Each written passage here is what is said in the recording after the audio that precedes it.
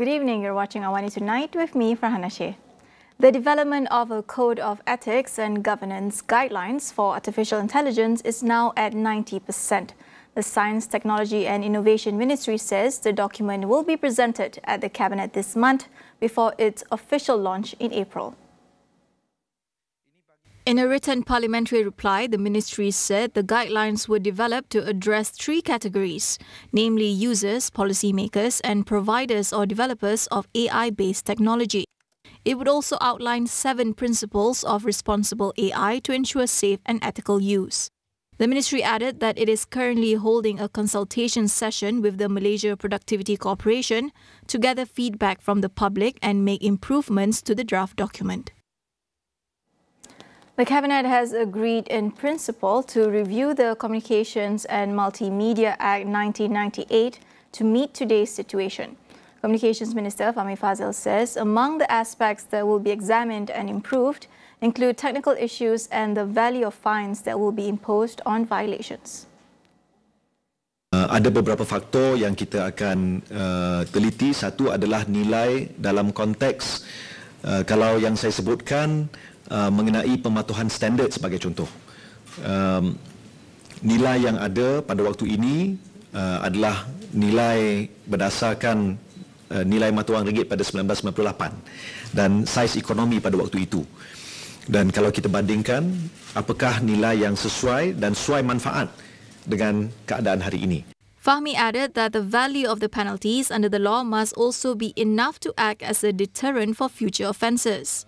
Apart from fines and technical issues, Section 233 of the Act, which deals with criminalising obscene or offensive online content with the intent to abuse, threaten or harass others, will also be reviewed based on feedback from lawmakers. The Cabinet has approved the proposed amendments to the citizenship law, says Home Minister Datuk Seri Saifuddin Nasution Ismail. The proposal would, among others, require proof that an infant was born in Malaysia before their citizenship application could be submitted. Saifuddin said he had briefed the Cabinet on the matter and would request that the amendment be included in the House proceedings this year.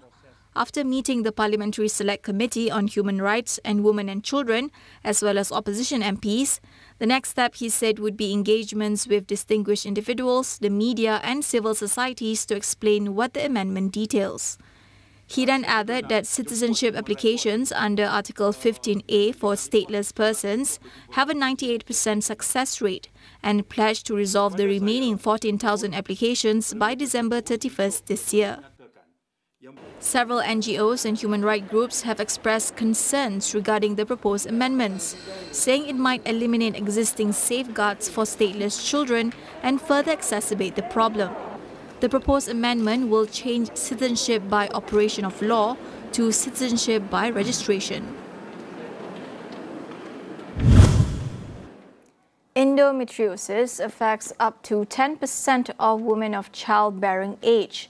This translates to around 300,000 women in Malaysia, but underdiagnosis remains a significant issue. On International Women's Day, Dr. Tang Bunni from Subang Jaya Medical Centre talks to us about the prevalence of this condition and where Malaysia stands in terms of awareness. I think it's higher in Malaysia in terms of prevalence. I'm not sure why. We think that genetic factors play a role. In Asia, it can be as high as 15%. But we generally take the cutoff of about 10% in terms of the prevalence. Most people now know about endometriosis in some form. And we have to thank the social media, the various support groups, the websites on giving out this information. In fact, the WHO dedicated one website just on endometriosis. So a lot of people know about it. But just as in everything, if you know about it, it doesn't mean that you have it.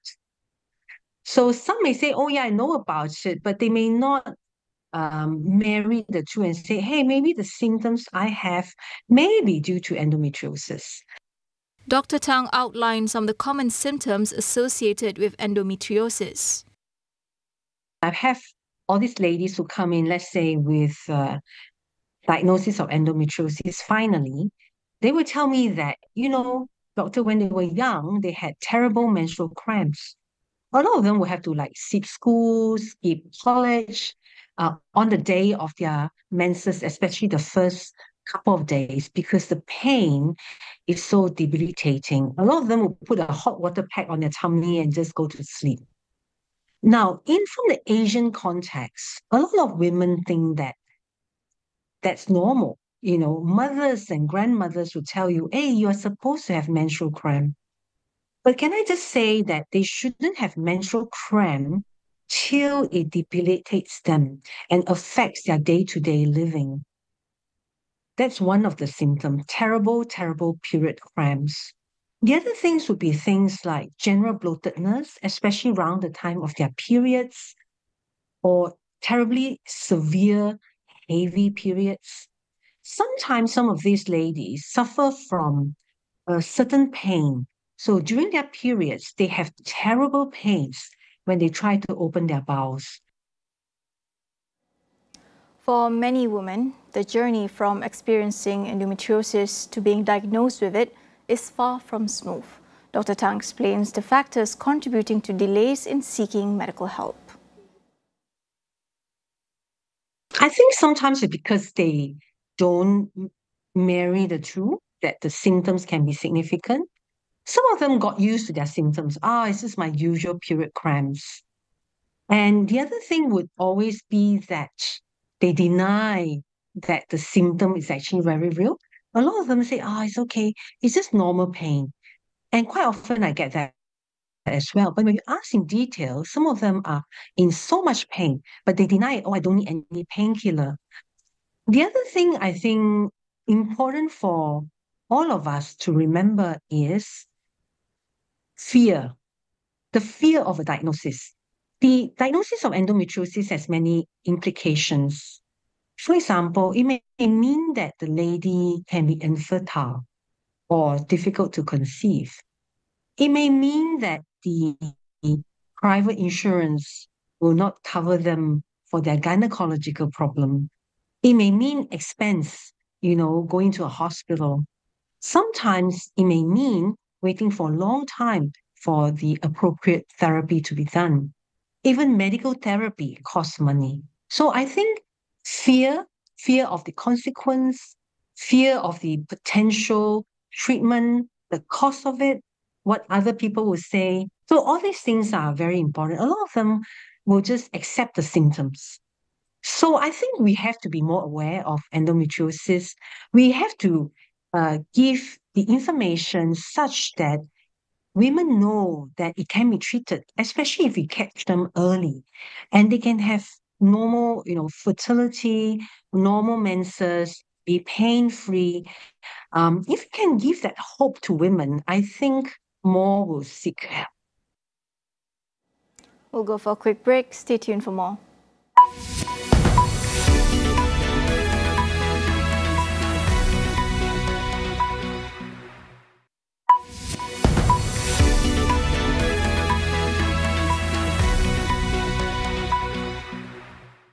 Welcome back. The U.S. military will set up a port in Gaza to allow more humanitarian aid into the area by sea. President Joe Biden says this will include a pier to transport supplies from ships at sea to shore. However, it will not involve U.S. troops on the ground in Gaza. And Israel must do its part. Israel must allow more aid into Gaza to ensure humanitarian workers aren't caught in the crossfire. And they're announcing they're going to have a crossing in northern Gaza. To the leadership of Israel, I say this: humanitarian assistance cannot be a secondary consideration or a bargaining chip. Protecting and saving innocent lives has to be a priority. Biden made the official announcement during his State of the Union address on Thursday. The United Nations has warned that a quarter of the population in Gaza was on the brink of famine. Officials said the temporary port would increase humanitarian aid to Palestinians by hundreds of truckloads per day. They added that it would take several weeks to set up the port, with the first shipments arriving via Cyprus, where Israeli security checks would take place. Meanwhile, Hong Kong published its first draft of a new national security bill. In it, there are new laws covering treason, espionage and sedition, with tougher penalties for anyone convicted of those crimes.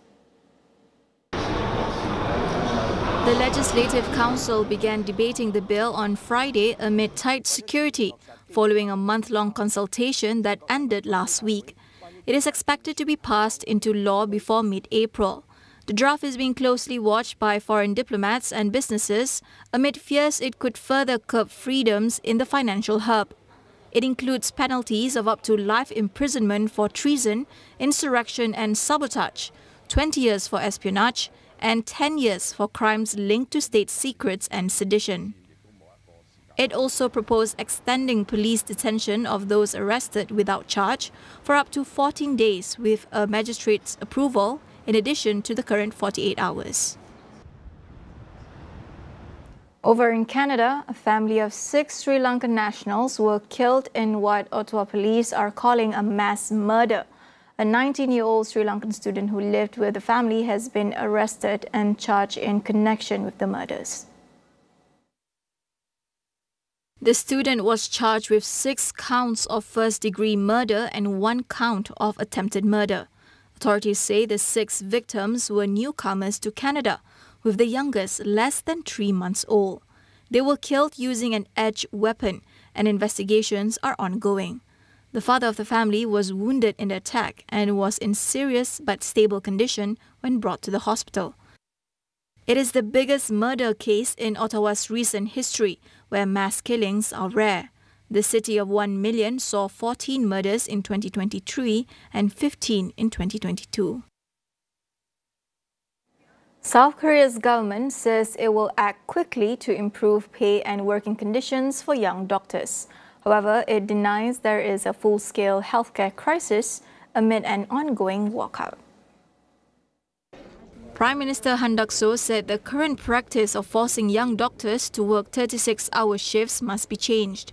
He said the government was considering limiting the amount of time resident doctors and interns have to work continuously to 24 hours.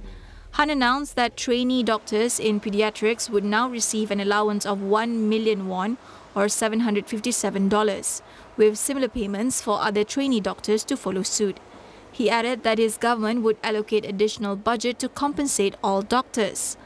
More than 10,000 medical interns and resident doctors protested against a plan to increase the number of medical school admissions to address the country's shortage of doctors.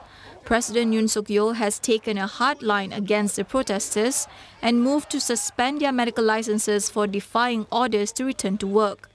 The government has since extended working hours at medical facilities and allowed nurses to perform some procedures previously restricted to doctors, such as CPR. That wraps up AWANI tonight, and to all the women out there, we would like to wish you a happy International Women's Day. Thank you for watching. I'm Farhana Sheikh.